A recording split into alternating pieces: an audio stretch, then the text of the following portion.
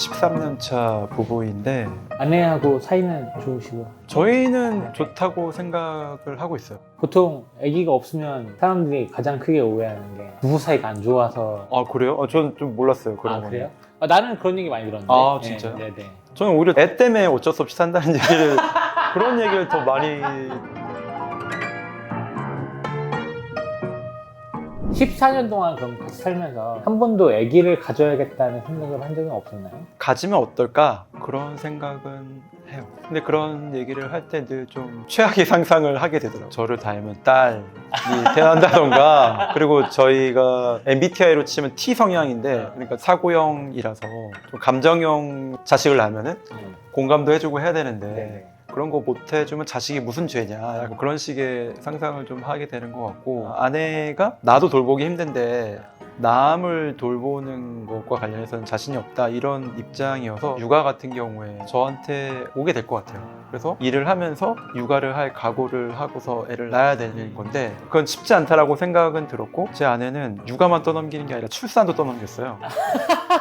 너가 애를 낳으려면 낳아라. 그런데 제가 남성으로서 애를 갖고 애를 출산하기 위한 의학적 실험을 하기에는 그 정도 열의가 있지는 않아고 출산을 미룬다는 건 굉장히 독특하네요. 네 출산을 미루더라고요. 그런 생각을 하다니 되게 SF적인 상상이네요. 그 옛날에 그 영화 있지 않았나요? 아놀드 슈와츠제네거 임신했던 네네네 뭐 그런 게 아니면은 저희 집에서는 아이를 보기 힘들지 않나. 아내가 30대 후반이긴 한데 저는 거의 Z세대의 마인드를 갖고 있다고 생각을 하거든요.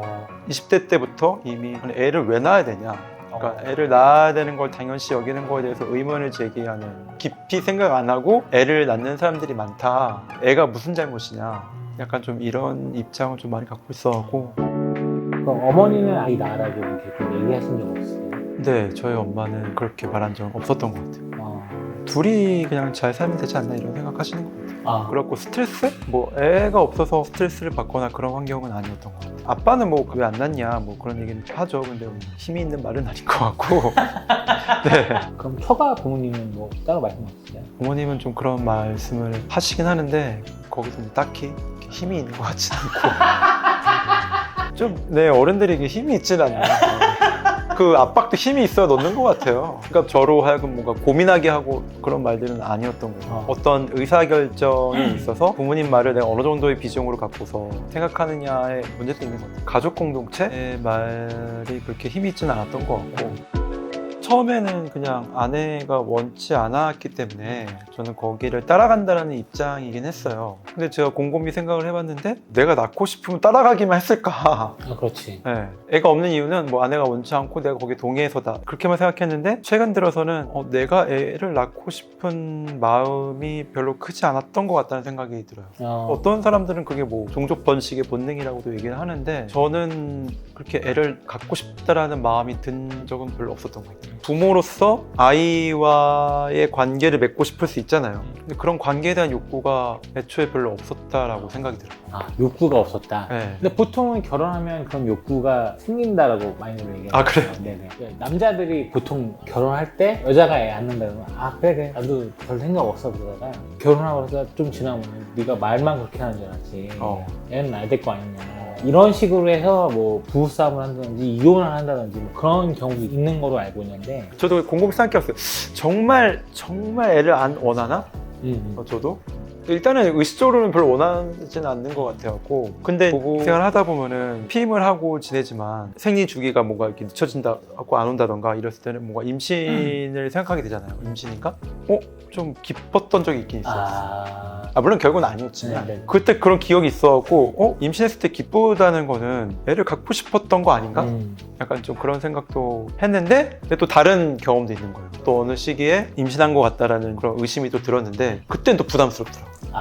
그러니까 제 마음이 일관되진 않은 거예요. 기쁘기만 한 것도 아니고 싫기만 한 것도 아닌데 특별히 막 애를 막 낳고 싶은 마음이 크지 않다 보니까, 그러니까 두 마음이 공존하지만 뭐 한 마음이 더 커야 애를 낳는 건데 그렇지 않아갖고 애를 안 낳은 게 아닌가 생각이 들었어요. 우리도 결혼 1년 지나고 나서 그 임신을 했었거든.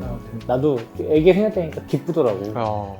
내가 애기를 바라는 건가? 그쵸. 맞아. 그런 고민을 되게 많이 했거든. 어떤 의미로 그런 말 했는지는 좀 공감이 좀 많이 가는 것 같아. 근데 뭐 상상을 해보면은 애가 있다라는 거는 모르겠어요. 어떤 이유 때문인지는 모르겠지만 기쁜 것 같긴 해요. 예를 들면은 뭐 제가 최근 들어서 한참 무서워하던 고양이를 가까이 하게 됐는데 사무실에 고양이가 있는데 좋더라고요. 걔 때문에 출근하고 싶은 마음이 생길 때도 있으니까 보고 싶은 거죠. 그러니까 좋은 거죠. 아, 내가 어떤 작은 생명에 대해서 마음이 있구나. 근데 또 일하는데 오면 되게 귀찮더라고요. 아, 왜 이렇게 컴퓨터를 좋아하는지 노트북에 계속 올라가는 거예요. 막상 이렇게 일 모드로 딱 들어가면은 귀찮더라고요. 근데 사실은 뭐 아이는 24시간 같이 있어야 될 수도 있잖아요. 육아를 많이 하게 되면은 아, 이런 마음으로 애를 키우면 애가 상처받겠다. 애를 키우기엔 적합한 마인드는 아닌 것 같다는 생각이 좀 들었던 것 같긴 해요. 객관적으로. 보통 남자들이 퇴근하면 애가 너무 보고 싶어가지고 그런데 퇴근하고 딱 10분 지나면 다시 직장에 갈까? 맞아요. 그럴 것 같아요.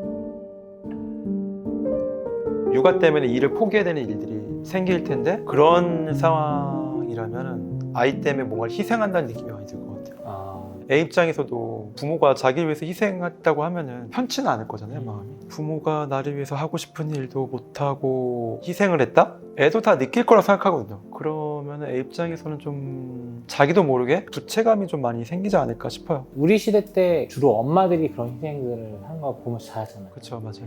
일하시는 엄마도 거의 슈퍼우먼으로 살지 않으면 안 되는 그런 시대에 살았었는데 그런 엄마를 보면서 그런 부채의식을 가진 적이 있나요? 엄마가 이제 저를 이제 사랑하는 거는 당연히 느끼고 그런 거는 있는데 저를 키우면서 힘들었다라고 생각은 들어요. 특히 이제 아이로 인해서 부부관계가 힘들어지는 게 있잖아요, 실제로. 네, 그렇죠. 시간적으로도 그렇고 에너지적으로도 아이한테 많은 것들이 들어가다 보니까 부부 사이에서 최소한 가져야 될 시간이나 이런 것들 갖지 못하는 게 많고 또 육아에 대한 또 입장도 또 다르기도 하고 하다 보니까 아이를 키우면서 부부로서 화목하게 지내는 게 쉽지 않은 상황에서 애를 키워야 되다 보니까 자식 입장에서는 부부가 화목하거나 행복해 보이지 않는 거를 보니까 불편한 게 많은 것 같아요. 아이 입장에서 막 길을 가다가 이제 아이를 보면은 예를 들어서 뭐 엄마가 혹은 아빠가 기분이 안 좋아 보이니까 풀어주려고 애들이 막 애교를 부리는 거를 그런 느낌의 어떤 애교를 본 적이 있는데 그게 너무 슬프더라고요. 생각해 보면 저도 이제 어렸을 때 좀 그랬던 것 같아요. 뭔가 집안 분위기가 안 좋으니까 그걸 풀기 위해서 애교를 부리고 특히 저 같은 경우는 안산에서 주로 자랐는데 안산이 특히 그런 게 좀 심했던 것 같아요. 맞벌이 하는 부부가 되게 많았고 저임금 노동자들이 사는 곳이었고 공단이 있습니다. 네, 공단이 있었으니까 그런 환경 속에서 부부 사이가 좋기가 쉽지 않았고 아이를 위해서 뭐 시간을 갖기가 쉽지도 않았고 그러다 보니까 집안 분위기가 그렇게 좋지는 않았던 것 같아요. 그리고 제 주변에 같이 이제 어울렸던 친구들 봐도 집이 막 이렇게 분위기가 좋지 않았던 것 같아요. 그런 환경 속에서 아이들이 저도 그랬고 에너지를 많이 써야 되는 거죠. 심적 에너지. 그러니까 부모가 자식을 위해서 에너지를 쓰기도 하지만 아이가 부모를 위해서 쓰는 에너지도 되게 많은 것 같고 근데 그게 좀 슬픈 것 같아요. 그런 게. 네. 근데 그런 일들이 되게 많았던 것 같아요. 네. 자주 거의 매일 애 입장에서는 불안하고 일단 뭐가 터질지 모르니까 긴장 상태에 있게 되고 그래서 나름의 고군분투를 해서 아빠가 좋아하는 방식으로 뭔가 행동하기도 하고 지금 생각해보면 제가 그래도 중고등학교 때는 나름 공부를 열심히 했는데 왜 열심히 했을까 좀 돌아보면 뭐 제 꿈을 위해서 뭐 했던 것도 있겠지만 좀 좋은 성적을 갖고 오면 그래도 좀 분위기가 나았던 것 같으니까 그런 게 좀 있었던 것 같고 어떻게 보면 애 입장에서 부모를 위해서 희생한 거 아닌가 자기의 인생과 자기의 에너지를 부모들이 이제 자식을 위해서 희생하는 부분이 당연히 이제 그게 절대적이라고 생각이 들긴 하는데 자식 입장에서도 부모를 위해서 희생하는 부분이 굉장히 크지 않나라는 생각이 들어요.